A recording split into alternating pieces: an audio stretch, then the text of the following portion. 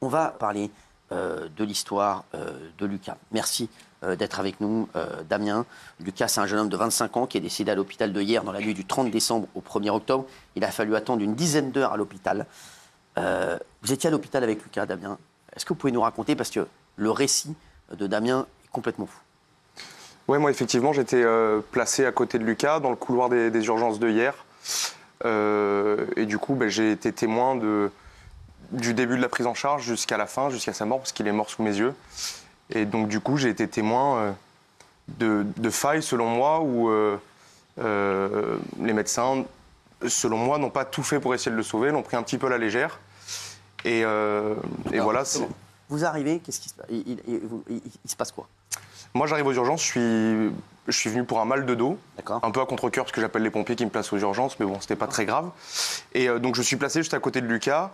Ce que je vois, c'est un jeune, en plus de mon âge, donc ça me touche encore plus particulièrement, de 25 ans, qui souffre beaucoup. Il souffrait de quoi quand vous l'avez vu ? En fait, il était en chien de fusil, il se plaignait de douleurs abdominales. Et quand le médecin vient pour la première fois, après une longue attente déjà, elle lui parle d'une intoxication alimentaire. À ce moment-là, moi, ça ne me choque pas plus que ça, je ne suis pas médecin. Le médecin, il vient pour la première fois au bout de combien de temps ?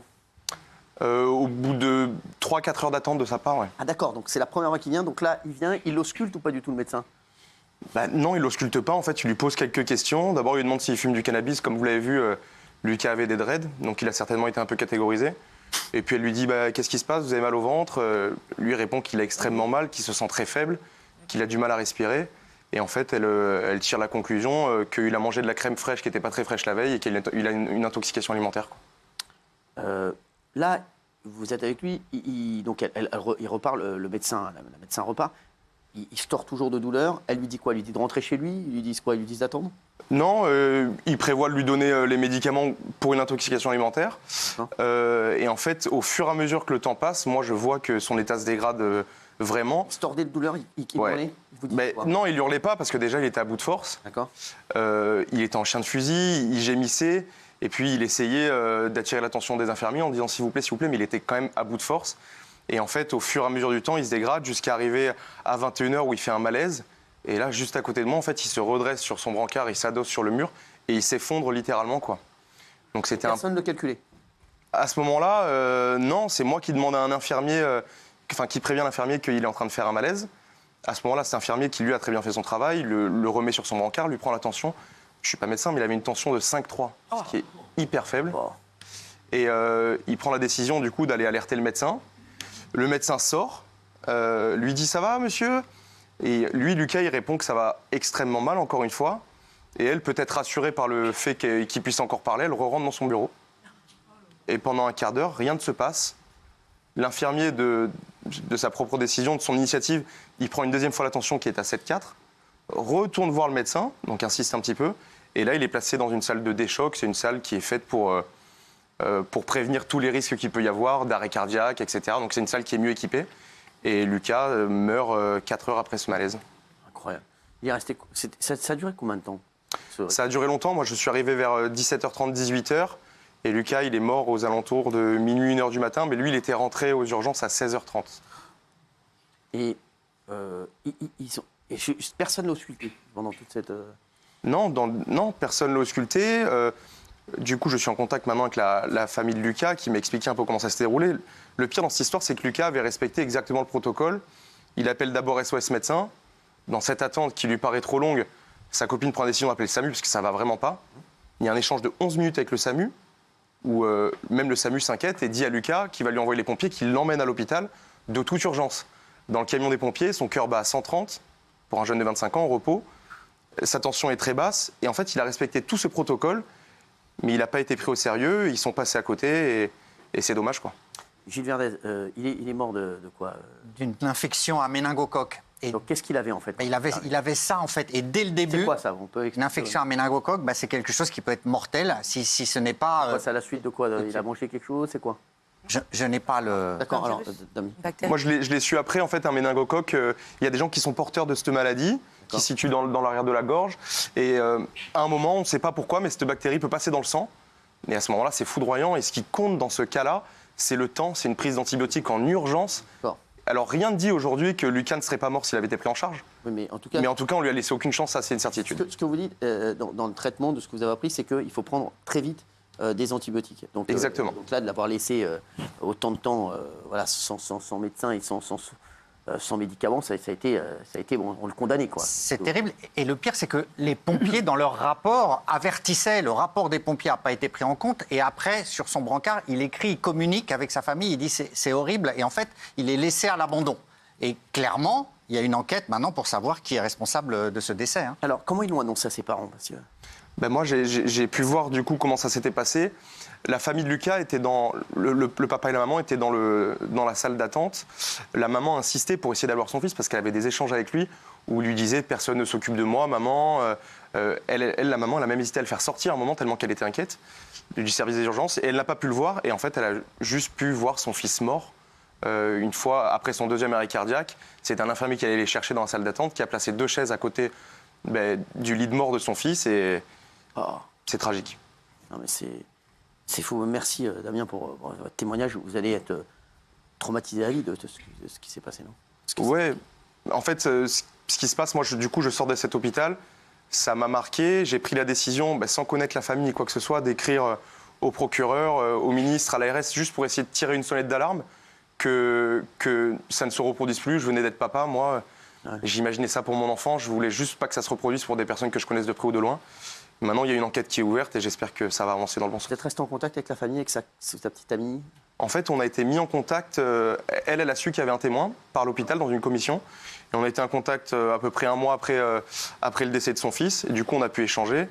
Et c'est une femme qui est très, très courageuse, très digne et qui se bat pour que son fils ne soit pas mort pour rien et que ça n'arrive plus, quoi.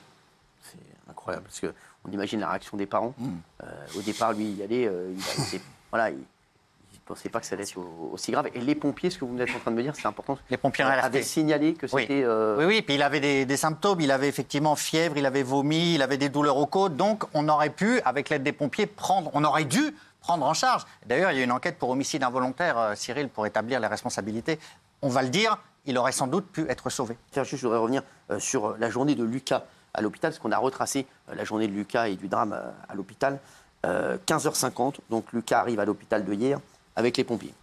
18h, il explique à sa mère qu'il a du mal à respirer, mais que personne ne fait rien. Regardez, on a les SMS, des échanges. Comment ça va ? Tu as toujours les lèvres bleues et des douleurs aux côtes ? Oui. Tu es dans le couloir ? Oui. Je me plains à tout le monde que j'ai du mal à respirer, mais personne ne fait rien. Voilà. Regardez, personne ne fait rien. Ils me disent qu'il faut que j'attende un médecin. Je me demande si SOS médecin n'aurait pas été plus pratique. Je suis à 2 doigts de me barrer. Je comprends. Derrière, il lui dit, je vous dis, quand on lit ces SMS, c'est insoutenable. C'est un déchirement. Voilà. Je ne sais pas quoi faire. J'ai tellement mal. Je me sens tellement faible. La cage thoracique est tellement douloureuse. Ils ne savent pas quand il y aura un médecin de dispo. Je ne sais pas quoi faire. J'ai peur qu'il y en ait pour des heures encore. J'ai les lèvres gelées. Sa maman crie, j'en peux plus, au secours. Je veux partir, commence à essayer de partir. Dis que tu veux voir tes parents qui sont dehors. Ok. Ça, justement, on va avoir d'autres SMS, mais Damien, il a essayé de le faire, ça ? Bah oui, il a essayé de le faire. Après, il faut s'imaginer que c'était peu de temps avant sa mort et imaginer son état, du coup, en n'ayant pas beaucoup de force. Et puis en plus, quand j'ai parlé avec la maman de Lucas, elle m'expliquait que Lucas, c'était une personne qui se plaignait jamais. D'accord. C'était pas le genre de mec à crier haut et fort. Peut-être qu'il aurait dû le faire, malheureusement, mais c'est dommage de devoir en arriver là. Donc oui, il essayait d'interpeller les infirmiers qui passaient, mais il ne se passait rien, ils l'ont vraiment pas pris au sérieux, quoi. Et c'est vrai que quand on lit ces SMS, c'est poignant. Regardez d'autres SMS. Alors, j'ai une infirmière qui s'occupe de moi. Ok, elle m'a mis du spasfon en perf. Elle m'a prélevé du sang qu'elle envoie à Toulon. Il y en a pour minimum 2 heures encore. Alors là, justement, sur ça, on va continuer ensuite. Mais donc, cette infirmière, elle s'est quand même occupée de lui. Là. Oui. En fait, ce qui s'est passé, c'est qu'ils lui ont fait d'une prise de sang du coup à 18h. Malheureusement, hier, il n'y a plus de service d'analyse du sang, donc ils l'ont dû l'envoyer à Toulon. C'est une vingtaine de kilomètres. Le sang est arrivé à Toulon de mémoire dans un délai d'1h30 ou de 2 heures, donc c'est déjà assez long.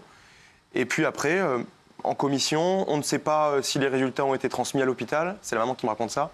Il n'y a pas de trace de l'appel du service d'analyse qui envoie les résultats à l'hôpital de Hyères. Enfin, il y a un dysfonctionnement global.